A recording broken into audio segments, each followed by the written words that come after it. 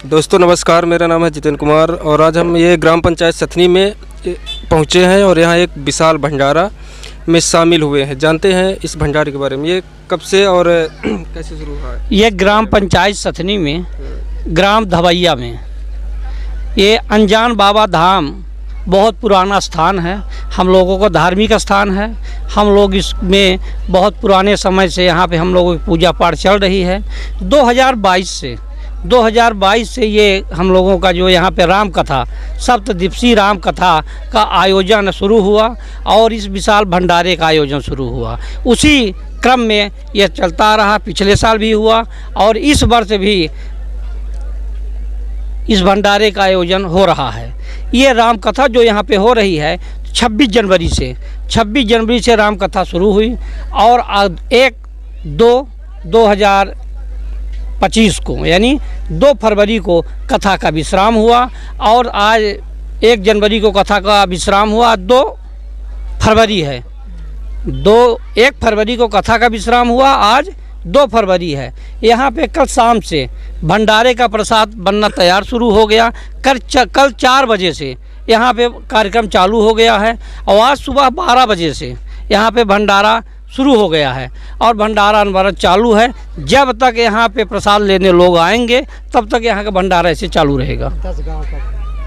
अगर यहाँ की कुछ ऐसे ऐतिहासिक चीज़ बताइए कि यहीं क्यों होता है ये कार्यक्रम। ये क्योंकि हम लोगों के ग्राम देवता है, अनजान बाबा धाम जो हैं हम लोगों के ग्राम देवता हैं, इसलिए हम लोग पूरे गांव के लोग इकट्ठा होकर यहाँ पे गांव में जितने भी घर हैं हर एक घर का थोड़ा हो बहुत हो सबका यहाँ पे धन का और अन्न का सबका सहयोग होता है। यहाँ से लगी हुई नीबी है, ग्राम डाढ़ है, इधर जोधपुर है, मनकुआ है, सुअरहा है, रघुनाथगंज है, टिकुरी है और बैल टिकुरी है। उसके बगल में आपके दुग्गमा है, सोनबरसा है। इतने गांवों के लोग यहाँ पे प्रसाद लेने आते हैं। पहले तो कथा सुनेंगे, उसके बाद प्रसाद लेने आते हैं और इसका बहुत बड़ा, इस हमारे अनजान बाबा धाम का बहुत बड़ा महत्व है। गांव में सुख हो, समृद्धि हो, इसके लिए यहाँ पे इनकी पूजा अर्चना की जाती है। और साथ ही इनकी ऐसी कृपा हुई कि जब से यहाँ पे राम कथा का शुरू हुई, राम कथा आज 3 वर्ष से, 3 वर्ष के अंदर हमारे गाँव के 6 लड़के PSC क्वालिफाई किए और बड़े बड़े अधिकारी के पद में चले गए। ये अनजान बाबा धाम की कृपा है। NDA में गए काफ़ी समय से हमारे यहाँ, मतलब बहुत पुराने समय में, जबकि हम लोगों को नहीं मालूम है, हमारे पूर्वजों जो यहाँ पर ये पहले 2 ग्रुप थे। एक हम लोगों का ब्राह्मणों का था और थोड़ा एक गांव इधर है जोधपुर, वहाँ ठाकुरों का गांव था पहले, आज से 10-20 पुस्त पहले। उस समय पर दोनों ग्रुपों में बड़ा भयंकर युद्ध हुआ। तो युद्ध होने पर ब्राह्मण का जो ग्रुप था हम लोगों का, तो ठाकुरों को मार करके यहाँ से भगा दिए। और उस समय उस युद्ध में ये जो हमारे अनजान बाबा थे, एक छोटा सा बालक था, उसका बेचारे का यहाँ वो हो गया था, इंतकाल हो गया था, बद हो गया था। उसी में जलेरिया लड़का था, झालर लगी हुई थी उसकी। उस समय से वो यहीं पर स्थापित हो गए और आज तक वो हमारे इस गांव में अनजान बाबा, वो बालक जो है, बालक के रूप में हम लोगों को, भक्तों को कभी किसी रूप में कभी किसी रूप में वो यहाँ पर चलते रहते, दिखाई रहते हैं। यहाँ पर सबसे बड़ी गढ़ी थी, अभी तो ये काफ़ी वो हो गई, कम हो गई है, पहले बहुत बड़ी गढ़ी थी।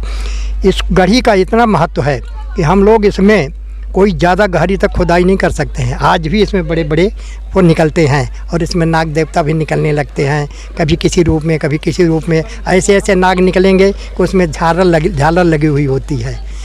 इसलिए हम लोग उस अनजान बाबा को उस बालक के रूप में ही आज हमारे पूर्वजों से इसे पूजा चली आ रही है और इसलिए हम लोगों के ग्राम देवता के रूप में ये महत्व दिया जाता है। तो इस क्षेत्र के लिए यहाँ से 10 गांव का जो है एरिया, उसको ये कवर कर रहे हैं। इतना महत्व है हमारे अनजान बाबा धाम का।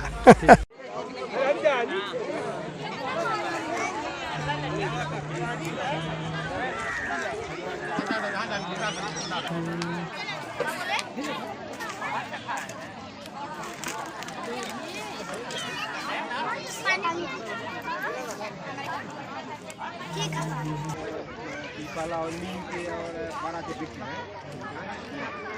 आते हैं।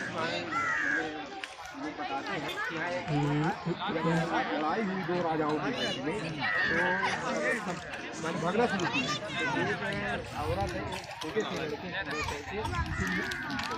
और वही छोटा लड़का, तो वही कभी कभी लोग कहते हैं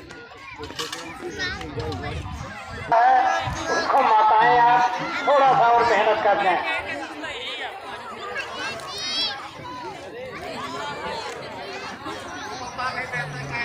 दूसरा वाला भी कड़ा तैयार हो रहा है। दोनों कड़ाहों में जब पूड़ियाँ बनने लगेगी तो आपका बीली हुई सभी पूड़ियाँ वहाँ पर पहुँच जाएंगी।